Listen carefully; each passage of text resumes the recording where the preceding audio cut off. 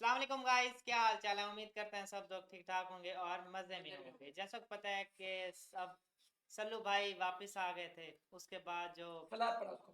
Slab तो पड़ गया भाई, उसने सच जो बोला यार भाई जो बाद सच। में बात करते हैं, हम बहुत ज्यादा ना इंटरेस्टिंग हाँ ये बात भी है बिलाल मजा आ भाई, गया। मूवी विवेक भैया और साधना भाभी की कोई जगह नहीं ले सकता माँ। ना इस घर में, ना इस कमरे में, ना इस दिल में। प्रेम। और अगर आपकी यही शर्त है कि मुझे इस घर में रह के विवेक भैया और प्रीति को साधना भाभी की जगह लेनी पड़ेगी, तो मुझे साधना भाभी की कसम, मैं शादी नहीं करूंगा।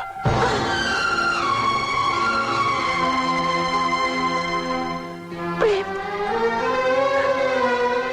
प्रेम। ये मुझे चाहिए था, जो मुझे माफ कर दीजिए अंकल, मैं ये शादी नहीं कर सकता। बेटा मैं जानता था तुम्हारा यही फैसला होगा। जिस देश में बड़े भाई को पिता और भाभी को मां का सम्मान दिया जाता है, वहां प्रेम उनकी खुशियों को कुचलकर अपने सपनों का महल कभी नहीं बनाएगा। मैं जानता था, मैंने प्रीति को ये पहले ही कह दिया था।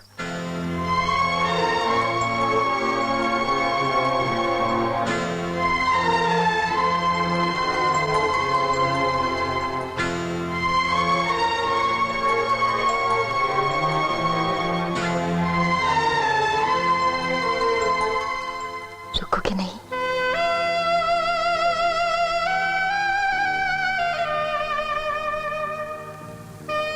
तुम अगर कहते भी तो भी मैं साधना भाभी का अधिकार नहीं ले पाती।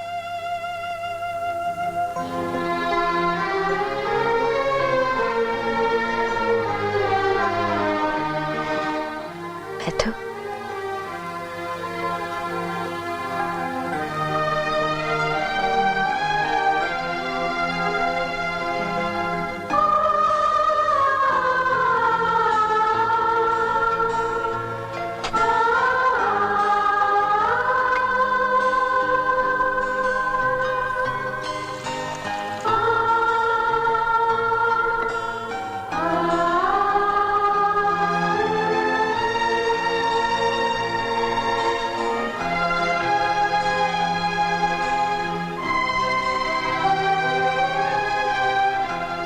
हम चाहे बंधन में बंधे न बंधे, जज्बात का रिश्ता तो दिल से है ना?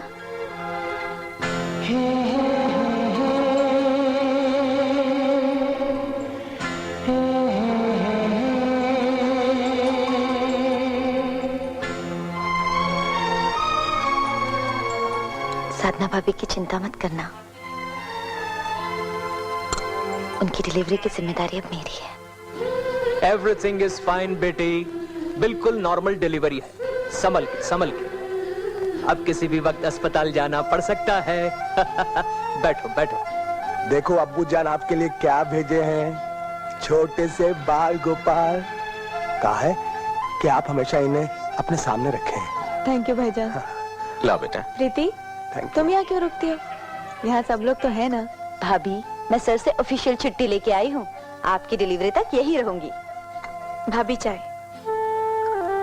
डॉक्टर साहब, प्रीति अपना सारा काम छोड़कर साधना के पास आई है और सपना अपने कॉलेज के कल्चरल प्रोग्राम में हिस्सा नहीं ले रही है। फिर एक नहीं 3 बेटियां हैं डॉक्टर साहब। अनवर, फैक्ट्री की इनॉग्रेशन होने तक विनोद की ट्रेनिंग भी पूरी हो जाएगी, फिर उसे भी वापस शहर भेज दूंगा। विनोद सपना के साथ कैसे हंसते हंसते वक्त बीत गया, दादी माँ कुछ पता ही नहीं चला। वक्त तो अपनी गति से चलता ही रहता है बेटा, हर वक्त किसी ना किसी का इम्तिहान लेता ही रहता है। मुझे समझ में नहीं आ रहा मिस्टर जोशी, फैक्ट्री में प्रोडक्शन का काम आखिर रुक कैसे गया? तकनीकी प्रॉब्लम्स तो पहले भी आती थी। सर पहले आनंद बाबू संभाल लेते थे। मैं ये सब कई बार सुन चुका हूं। आप जल्द से जल्द एक अच्छे से अच्छा इंजीनियर अपॉइंट कीजिए, वरना इस तरह तो हम बैंक के लोन्स तक नहीं चुका पाएंगे। चाहिए। हेलो।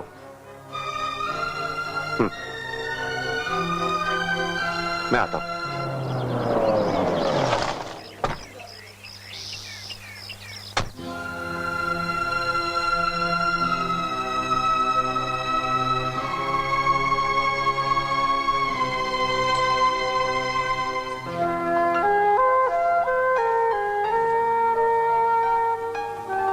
अब इनकी तबीयत कैसी है डॉक्टर साहब? बुखार तो अभी भी काफी है अनुराग बाबू। ज्योति जी बता रही थी कि ये दोनों काफी दिनों से ठीक से खा पी भी नहीं रहे, खेलना कूदना भी कम कर दिया। जी। खैर, आप ये दवाइयां जारी रखिए, कल सुबह फिर खबर करिए। आइए अनुराग बाबू, आपसे कुछ बात करनी है। अनुराग बाबू, आपका फैमिली डॉक्टर होने के नाते आपसे एक बात कहना चाहता हूं। बच्चे फूलों के समान कोमल होते हैं, अगर उन्हें घर में प्यार का वातावरण न मिले तो वे मुरझाने लगते हैं, और ये अच्छी बात नहीं।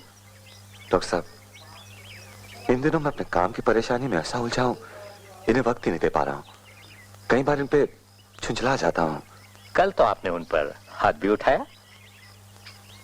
वे जिद किए बैठे थे, आनंद और संगीता के पास जाएंगे। तो आप उनकी इच्छा पूरी क्यों नहीं कर देते? आपसी मनमुटाव में अपने घर की सुख शांति मत खोइए अनुराग बाबू, वरना मैं क्या, कोई डॉक्टर कुछ नहीं कर पाएगा।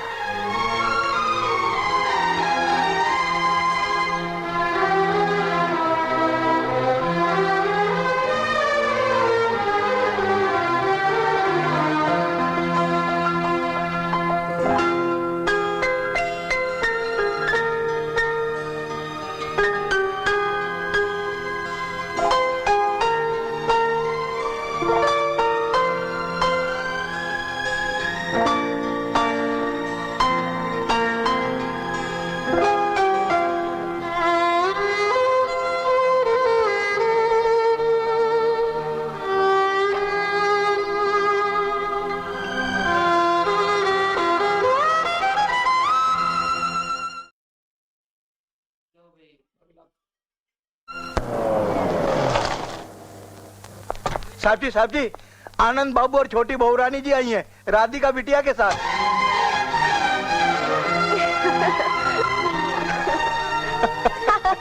बहुत शैतान है। भैया,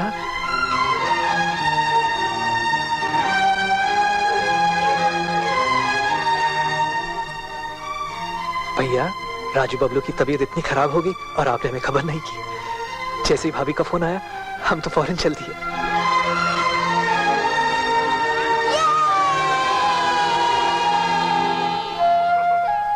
हमें इतना पराया कर दिया भैया। मुझे माफ कर देना संगीता। आनंद, मुझे माफ कर दो। ये अब क्या कह रहे हैं अनुराग बाबू? स्वार्थ में मैं सचमुच अंधा हो गया था अंकल। बिजनेस में सफलता पे सफलता मिली जा रही थी, समझ बैठा कि सब मेरी वजह से है। पर आंटी, आनंद के चले जाने के बाद मुझे यह पता लगा कि ये सफलता मेरी अकेले की नहीं, हमारी जोड़ी की है। जब से आनंद घर से गया है, बिना कुछ लिए, बिना कुछ मांगे, मेरे मन को कभी चैन नहीं मिल पाया। मैं अपना सब कुछ खो बैठा। ये सिस्टम उनके साथ अब हो भी गया है, वैसे भी ऑलरेडी हो गया। इनको देखकर उन्होंने रंग पकड़ा था। बच्चों की खुशी, ज्योति की चेहरे की मुस्कुराहट, लेकिन आज हम फिर एक हो गए हैं, सब साथ साथ रहेंगे। ममता, आज कितनी खुशी का दिन है। बेटी का घर फिर बस गया। मम्मी, आज हम आपसे कुछ मांगने आए हैं।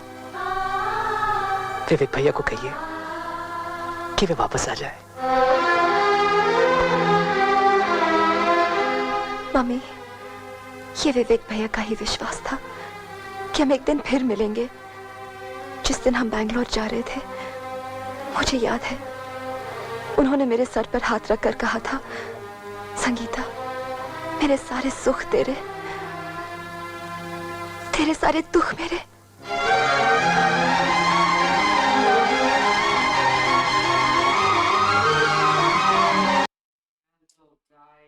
ये था सेकंड लास्ट, इसके बाद लास्ट पार्ट। जी मैं लास्ट नहीं यार, हमने और देखी है मूवी, बातें सीधी सी। इतनी मूवी देख ली हमने, कहीं पर हम कुछ लेकिन ये तो पार्ट देखे हम ये आगे देखते नहीं भाई देखते हैं, देखनी है भाई, आगे देखनी है। तो गाइस मिलते हैं अगली वीडियो आज में। भाई गुड बाय, अल्लाह हाफिज।